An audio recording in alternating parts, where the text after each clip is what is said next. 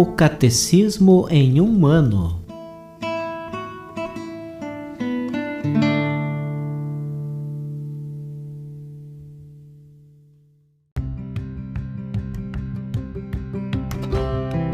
Olá, eu sou o Alesiandro, seminarista da Diocese de Ponta Grossa, Paraná.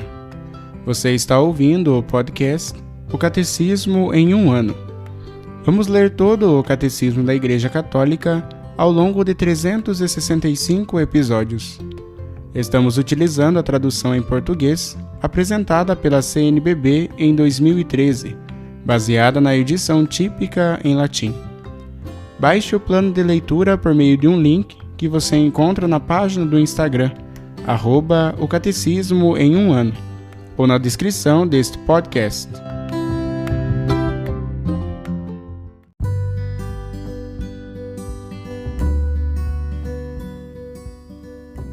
Chegamos ao dia 346 do podcast O Catecismo em um ano. Nós estamos lendo a quarta parte do Catecismo, a oração cristã, na primeira sessão, a oração na vida cristã, no terceiro capítulo, a vida de oração. E hoje nós leremos os números de 2729 a 2733.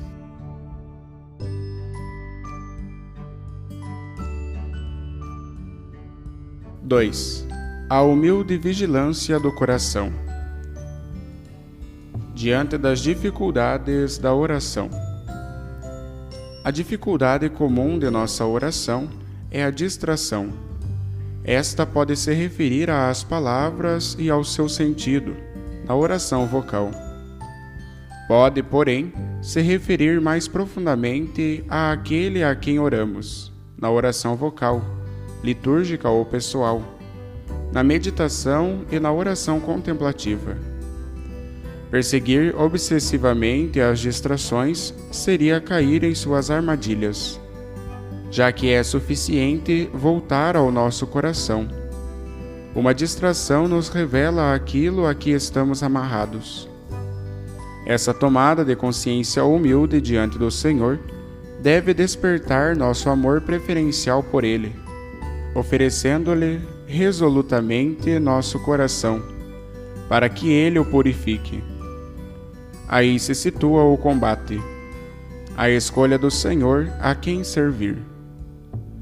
Positivamente, o combate contra nosso eu possessivo e dominador é a vigilância, a sobriedade do coração.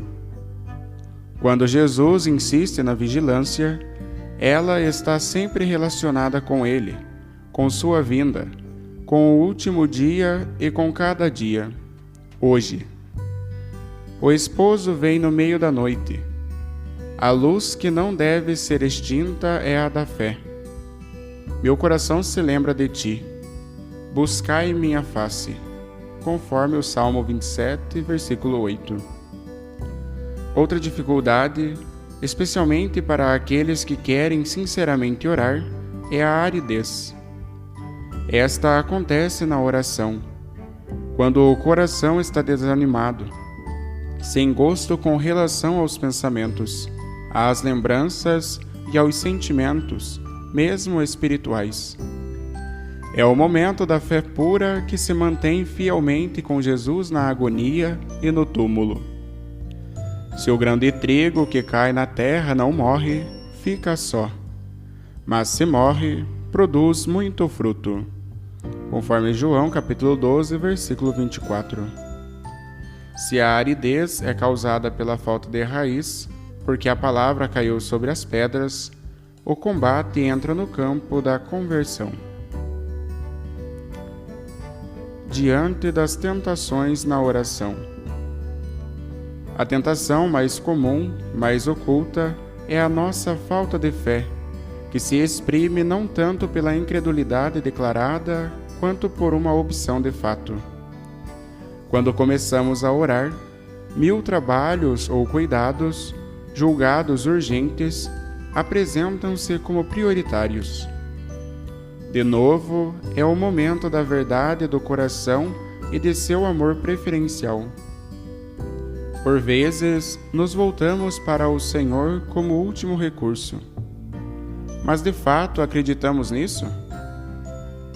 Às vezes, tomamos o Senhor como aliado, mas o coração ainda está na presunção. Em todos os casos, nossa falta de fé revela que não estamos ainda na disposição do coração humilde. Sem mim, nada podeis fazer. Conforme João capítulo 15, versículo 5. Outra tentação, cuja porta é aberta pela presunção, é a assídia, chamada também de preguiça. Os padres espirituais entendem esta palavra como uma forma de depressão devido ao relaxamento da ascese, à diminuição da vigilância, à negligência do coração.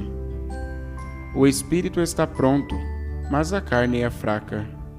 Conforme Mateus capítulo 26, versículo 41. Quanto mais alto se sobe, tanto maior a queda. O desânimo doloroso é o inverso da presunção. Quem é humilde não se surpreende com sua miséria. Passa então a ter mais confiança, a perseverar na constância.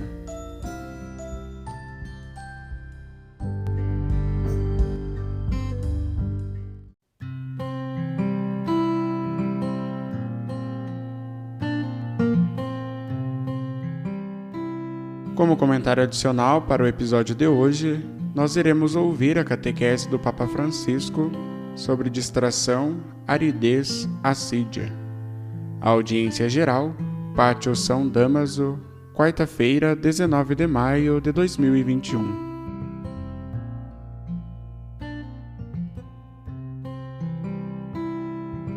Catequese 34. Distração, aridez, assídia. Estimados irmãos e irmãs, bom dia. Seguindo o exemplo do catecismo, nesta catequese referimos-nos à experiência vivida da oração, procurando mostrar algumas das suas dificuldades muito comuns, que devem ser identificadas e superadas. Rezar não é fácil.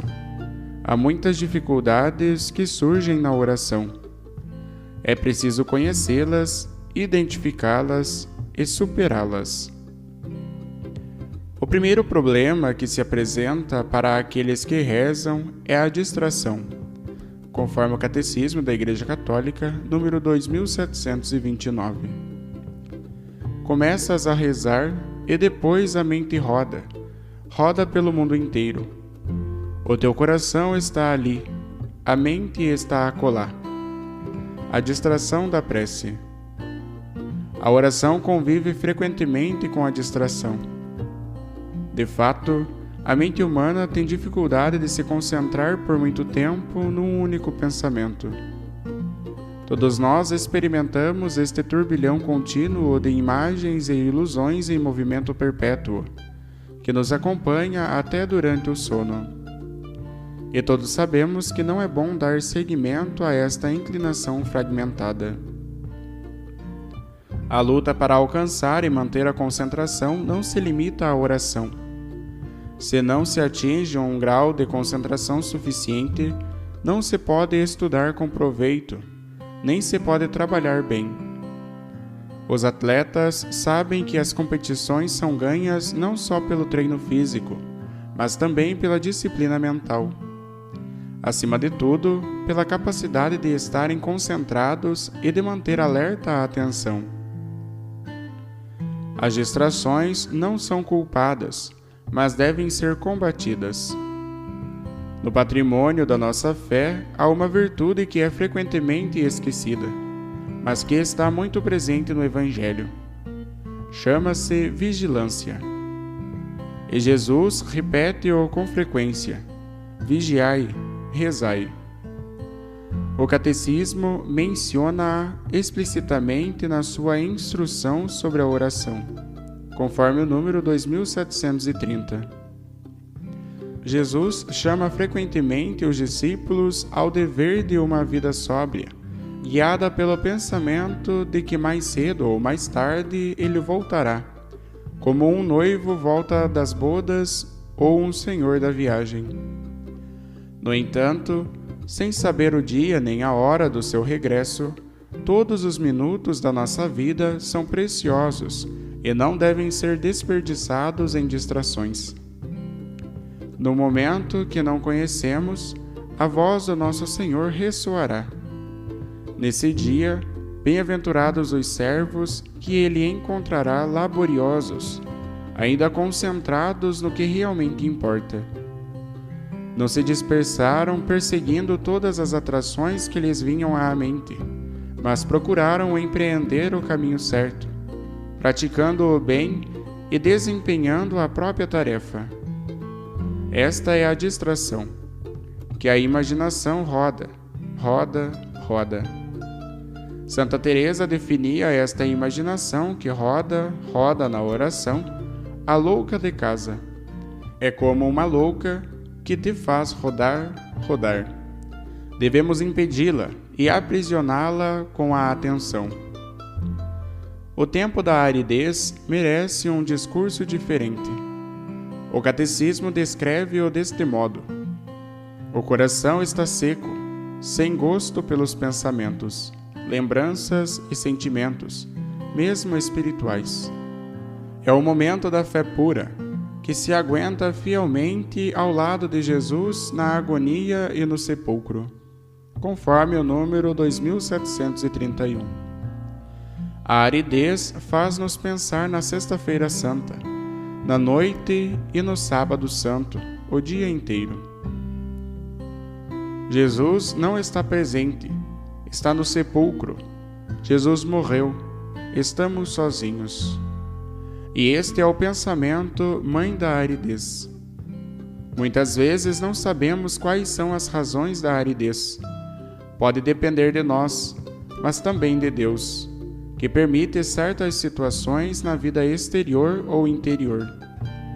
Ou às vezes pode ser uma dor de cabeça ou no fígado que te impede de entrar na oração. Com frequência não sabemos a razão.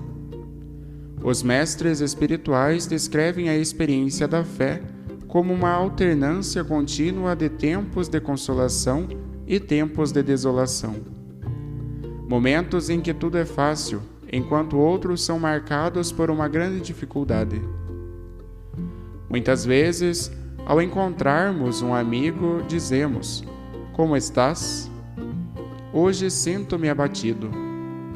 Acontece que às vezes nos sentimos abatidos, isto é, não temos sentimentos, não temos consolação, não aguentamos mais. São aqueles dias cinzentos, e existem muitos na vida. Mas o perigo é ter o coração cinzento, quando este sentir-se abatido, chega ao coração e o faz adoecer. E há pessoas que vivem com o coração cinzento. Isto é terrível. Não se pode rezar. Não se pode sentir consolação com o coração cinzento. Ou não se pode levar adiante uma aridez espiritual com o coração cinzento. O coração deve ser aberto e luminoso para que entre a luz do Senhor. E se não entrar, é preciso aguardá-la com esperança. Mas não devemos fechá-la no cinzento. Depois, algo diverso é a assédia, outro defeito, outro vício, que é uma verdadeira tentação contra a oração, e mais geralmente, contra a vida cristã. A assédia é uma forma de depressão devido ao relaxamento da ascese, à diminuição da vigilância, à negligência do coração, conforme o Catecismo da Igreja Católica, número 2733. É um dos 7 pecados capitais, pois alimentado pela presunção, pode levar à morte da alma. O que devemos fazer, então, nesta sucessão de entusiasmos e desânimos? Deve-se aprender a caminhar sempre. O verdadeiro progresso na vida espiritual não consiste em multiplicar os êxtases, mas em ser capaz de perseverar em tempos difíceis. Caminha, caminha, caminha. E se te sentires cansado, para um pouco e volta a caminhar, mas com perseverança. Recordemos a parábola de São Francisco sobre a alegria perfeita. Não é nas infinitas fortunas que caem do céu que se mede a capacidade de um frade, mas em caminhar com constância, mesmo quando não se é reconhecido, mesmo quando se é maltratado, ou quando tudo perdeu o sabor do princípio. Todos os santos passam por este vale escuro, e não nos escandalizemos se, lendo os seus diários, ouvirmos o relato de noites de oração sem vontade, vividas sem gosto. Temos de aprender a dizer: ainda que tu, meu Deus, pareças fazer tudo para que eu deixe de acreditar em ti, continuo a rezar a ti. Os crentes nunca apagam a oração. Por vezes pode assemelhar-se à oração de Job, o qual não aceita que Deus o trate injustamente, protesta e chama-o em juízo. Mas, muitas vezes, protestar diante de Deus é também um modo de rezar, ou como dizia aquela velhinha, zangar-se com Deus também é um modo de rezar, pois com frequência o filho zanga-se com o pai. É um modo de se relacionar com o pai, pois reconhece-o como pai, zanga-se. E também nós, que somos muito menos santos e pacientes do que Job, sabemos que no fim deste tempo de desolação, em que elevamos ao céu gritos silenciosos e muitos porquês, Deus responder-nos-á. Não esqueçais a oração do porquê. É a prece que recitam as crianças quando começam a não entender as coisas e os psicólogos definem-na, a idade dos porquês. Pois a criança pergunta ao pai: pai, por quê? Pai, por quê? Papai, por quê? Mas prestemos atenção. A criança não ouve a resposta do pai. O pai começa a responder e a criança apresenta outro porquê. Só quer chamar para si a atenção do pai. E quando nos zangamos um pouco com Deus e começamos a pronunciar os porquês, estamos a atrair o coração do nosso Pai na direção de nossa miséria, da nossa dificuldade, da nossa vida. Mas sim, tende coragem de dizer a Deus: mas por quê? Pois às vezes, zangar-se um pouco faz bem, faz-nos despertar esta relação de filho com o Pai, de filha com o Pai, que devemos manter com Deus. E até as nossas expressões mais duras e amargas, Ele as acolherá com o amor de um Pai, e considerá-las-á como um ato de fé, como uma oração.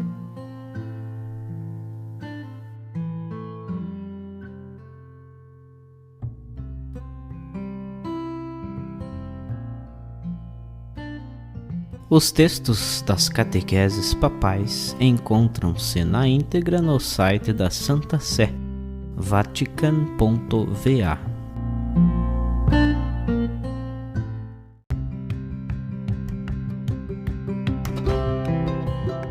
Você acaba de ouvir mais um episódio do podcast O Catecismo em um Ano. Continue nesse bom propósito de aprofundar o conhecimento e a vivência da fé católica e procure participar da sua comunidade. Rezemos por todos que estão fazendo esse caminho de leitura do Catecismo. Até amanhã!